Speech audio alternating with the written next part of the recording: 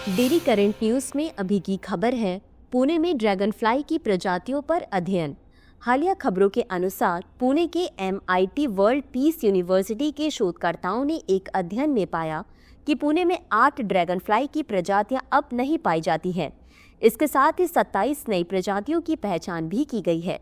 आगे बढ़ने से पहले आपको बता दें, दृष्टि IAS मुखर्जी नगर की सभी क्लासेस अब आ गई हैं नोएडा में। हिंदी माध्यम में IAS GS फाउंडेशन कोर्स का बैच 21 फरवरी सुबह 11:30 बजे से और अंग्रेजी माध्यम में 17 फरवरी शाम 6 बजे से शुरू हो रहा है। हमारा पता है C171/2 block A sector 15 Noida sector 15 metro station के पास। लोकेशन के लिए आप डिस्क्रिप्शन में दिए गए लिंक पर क्लिक करें। अधिक जानकारी के लिए 8750187501 नंबर पर कॉल करें। अगर आप हमारे काउंसलर से कॉल बैक चाहते हैं तो डिस्क्रिप्शन में दिए गए फॉर्म को भरें। आगे बढ़ते हैं खबर की तरफ और देखते हैं अध्ययन के मुख्य निष्कर्षों के बारे में। इस अध्ययन के अनुसार अनियोजित शहरीकरण, बढ़ता जल प्रदूषण और बदलते मौसम के पैटर्न के कारण ड्रैगन फ्लाई की 8 प्रजातियां स्थानीय रूप से विलुप्त हो गई हैं। इस अध्ययन में पश्चिमी घाट से 5 स्थानिक प्रजातियों को भी दर्ज किया गया है, जिससे ओडोनाटा, ड्रैगन फ्लाई और डेम्से फ्लाई अध्ययनों के लिए पुणे की पारिस्थितिकी महत्व को बल मिला है। वहीं इसके प्रमुख क्षेत्रों में वारजी, वेताल हिल्स और पाषाण झील को पुणे नगर निगम की सीमा के भीतर सबसे अधिक प्रजाति समृद्ध स्थानों के रूप में पहचाना गया है। आइए जानते हैं अध्ययन के कारण और कारकों के बारे में। अध्ययन में भूमि उपयोग में बदलाव, तेजी से शहरीकरण और डेटा अंतराल को ड्रैगन फ्लाई आबादी में बदलाव के मुख्य कारणों के रूप में पहचाना गया है। पुणे शहर में 5 प्रमुख नदियां पवना, देव नदी, मुला, मुथा और राम नदी और पाषाण झील जैसी झीलें हैं, जो आर्द्रभूमि के रूप में जैव विविधता के रखरखाव और जल प्रावधान में महत्वपूर्ण भूमिका निभाती हैं।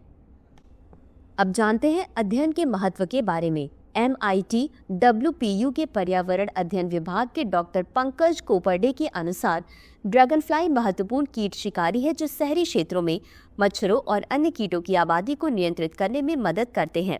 बता दें कि MIT WPU के शोधकर्ता वर्तमान में मुला नदी के किनारे ड्रैगन फ्लाई पर शहरीकरण और जल प्रदूषण के प्रभाव का अध्ययन कर रही हैं।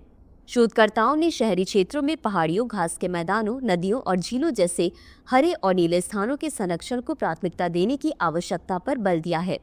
यह अध्ययन भारत सरकार के विज्ञान और प्रौद्योगिकी विभाग द्वारा वित्त पोषित पश्चिमी घाट में ड्रैगन फ्लाई विविधता पर एक बड़े शोध पहल का हिस्सा है।